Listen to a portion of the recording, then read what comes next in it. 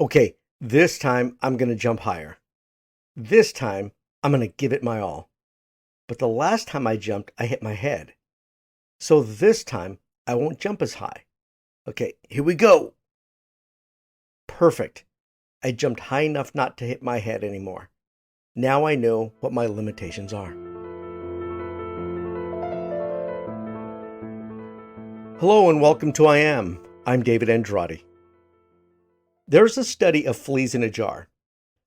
The study takes a group of fleas and puts them into an open jar with no lid on it. The fleas are allowed to jump as high as they are capable, usually around 50 times their body length. So the fleas are allowed to jump to the maximum of their capacity and continually jump out of the jar. Next, a lid is placed on the jar to prevent the fleas from jumping out of the jar. If one listens carefully to the jar of fleas, one can hear the fleas continually hitting their bodies and heads on the lid to try to continue to jump to their desired height. After several days of conditioning, the fleas will no longer hit their bodies or heads on the lid. They have been reconditioned to jump right below the lid of the jar, so as not to hit their heads or bodies. Then after several days, the lid is removed and the fleas are allowed to jump out of the jar again, but they don't and never will. They have been conditioned to reach a reconditioned height while jumping and will never jump out of the jar again for the rest of their lives. The individuals conducting the experiment have set limitations on the flea's abilities. Furthermore, when the flea offspring are born and brought up in the same jar environment, the offspring will follow the exact limitations of the parent, never learning how to jump out of the jar. Question: did the flea change? No. It reconditioned and limited its abilities to jump at a new height. Does it have the ability to jump 50 times its body length? Absolutely. Its internal structure chose a more efficient pathway as to avoid injury. Thus, a new neurobiological pathway was chosen for efficiency and will now be sought and followed in order to maintain the reconditioned identity, an identity that limits its innate abilities. Why do I bring up the flea in the jar? Because we as humans are no different. But hold on, hear me out. We are brought onto this earth, and from birth to around 7 years of age, we are conditioned on how we will live our lives. Lids will be placed on certain jars of our life, and limitations will be constructed. Or there will be part of our lives that have no jar, where we live and succeed to our fullest. But the parts of our lives that had a lid on them during our nurturing years will now have the lids removed, and we are free to conduct our lives. But like the flea in the jar that has been conditioned to jump a specific height and will never jump higher than the lid, it will never jump higher, no matter how much freedom it is given. We as humans conduct our lives in the same basic manner. We construct our lives emotionally and live our lives mechanically. I will get into this deeper in a future podcast.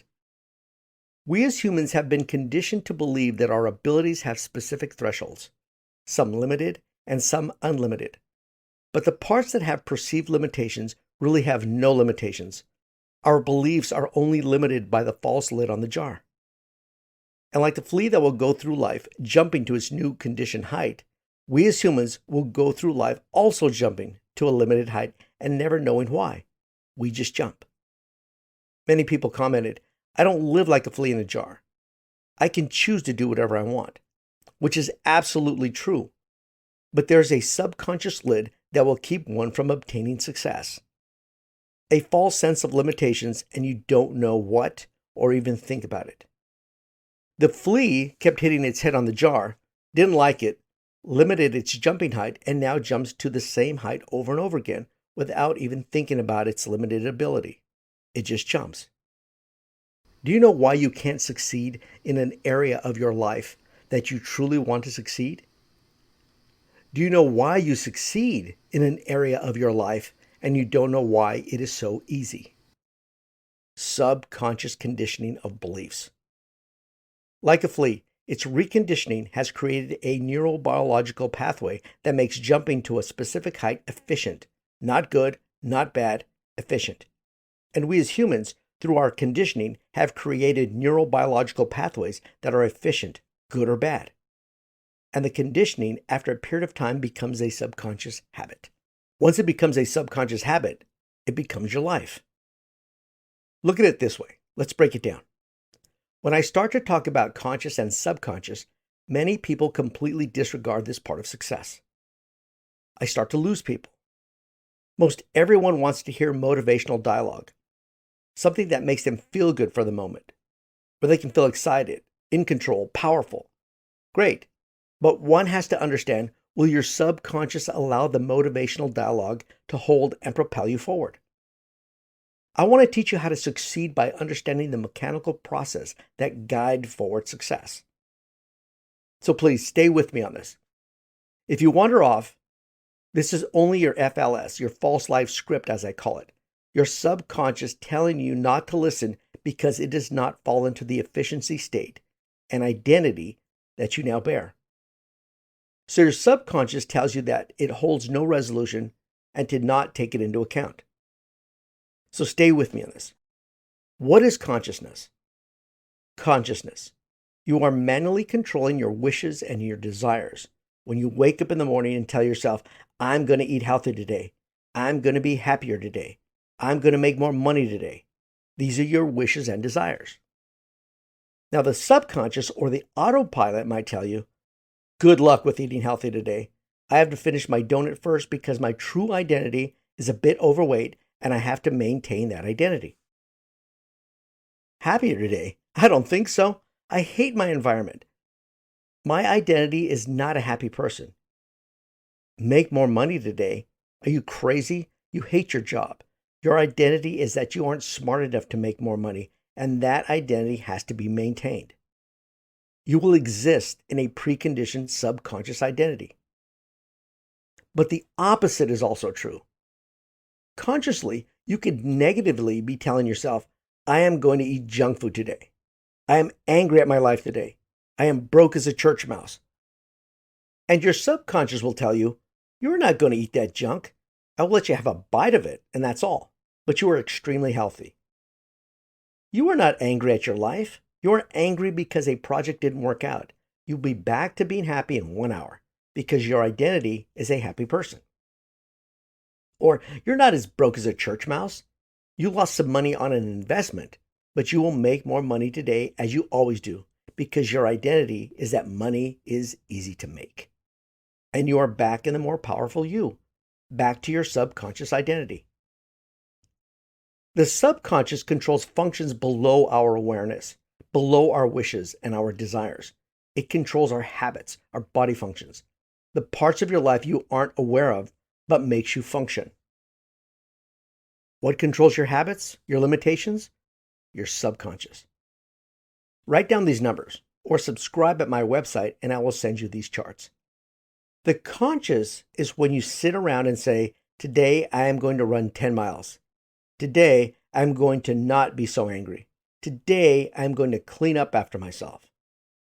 Now think about this. Your conscious, your wishes and your desires control 5% of your day. And your subconscious controls 95% of your day.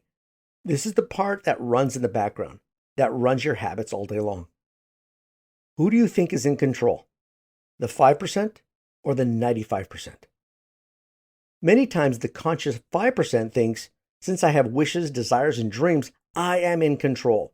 I can see where I want to be. I am controlling my life. And meantime, in the background, in the subconscious is where the real control is taking place. What makes your car run? The gas pedal or the engine? If you press on the gas pedal, the engine will increase in RPMs, say wishes and desires. But if you don't press on the gas pedal, what does the engine do?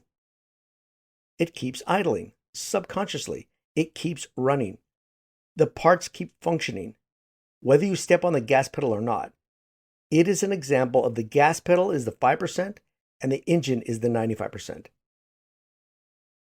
We all have the ability to live our lives as grand as we want, but we are all conditioned and taught to live in a specific jar without a lid on it, or as I call it, a ring of life.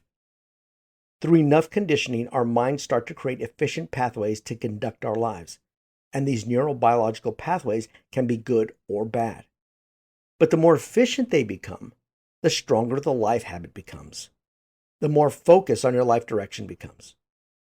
This jar with no lid or ring of life has a false sense of limitations, but through conditioning from our environment, we have lived a limited life. So moving forward, we as humans will live with preconceived limitations, attempting to venture outside of our ring of life, but never truly living there, until we choose to do so. Unlike the flea, we have a much greater capacity to choose our life direction, to choose how high we will take our life. We all have rings of life in all aspects of our life. Rings of life about how much we will love, how much money we will make, how we will conduct our lives at work, and so on and so on. You will have rings of life that you are incredibly successful and push to the limits. I am successful, I am confident, I am loving. And the opposite is also true. I am not smart enough, I am not strong enough, I am not confident enough, I am not healthy enough. You will have rings of life in all areas of your life from environmental conditioning that took place in your life, both good and bad. Like a flea teaching their offspring on how high to jump. If only we could hear that conversation in the jar. For example, the parent flea would say, "Back in the day, I used to be able to jump so high I could see the dog's nose I was riding on. But then they put me in this jar and watched me jump. So I jumped. Then they put a lid on this jar and I kept hitting my head, so I stopped jumping so high. So what I'm going to teach you this time is that I know you can jump really high, but you're going to crack your head on the lid. Every time. So only jump as high as I do, and your life will be good. No stress, no expectations, no wanting to be the best flea. Just do what we do, jump as high as I do." Then the offspring says, "But there's no lid on the jar." And then the parent flea says, "Oh, yes, there is. You just can't see it." So they don't trick us. Let's play it safe and not jump that high, because you will definitely crack your head. And life continues with limitations. We are the same yet completely different, but we as humans have a great capacity to choose the direction of our life, to understand limitations, to see a brighter, more powerful future. We have the ability to choose how much of life we want to live, how high we are willing to jump in order to live a greater life. We can all succeed without wasting our life on trying to change ourselves. And how do we do this? What are you willing to write in your subconscious?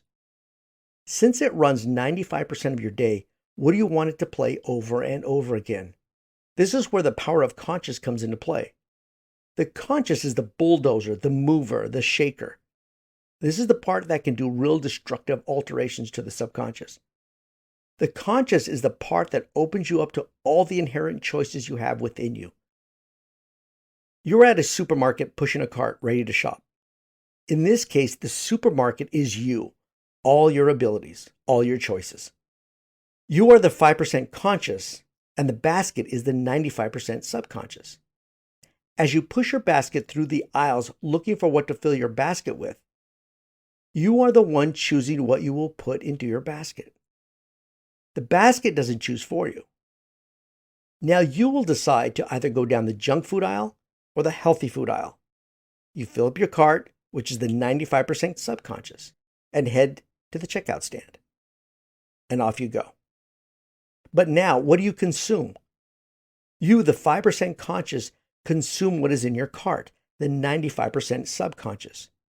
Your conscious 5% might look in your basket and wish you had bought more healthy items, but you have to eat what is in your basket.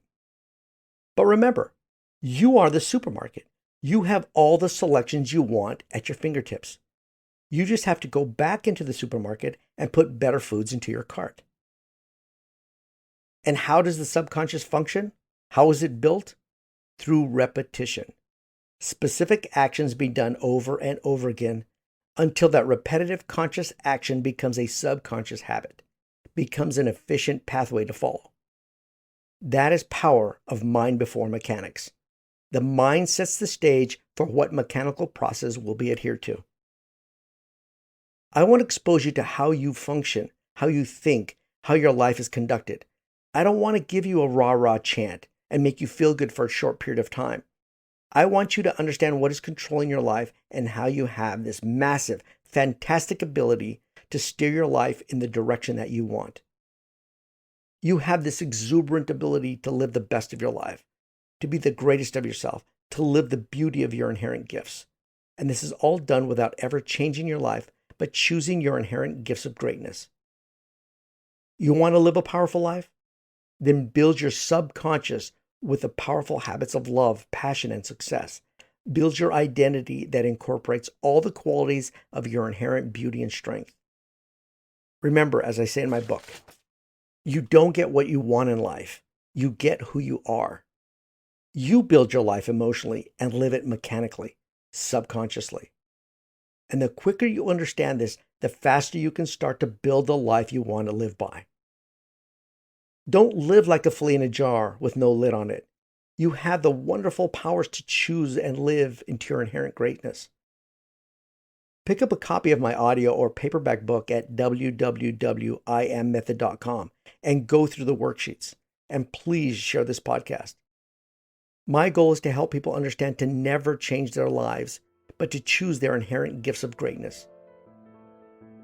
So go out there and take a bite out of life. Thank you.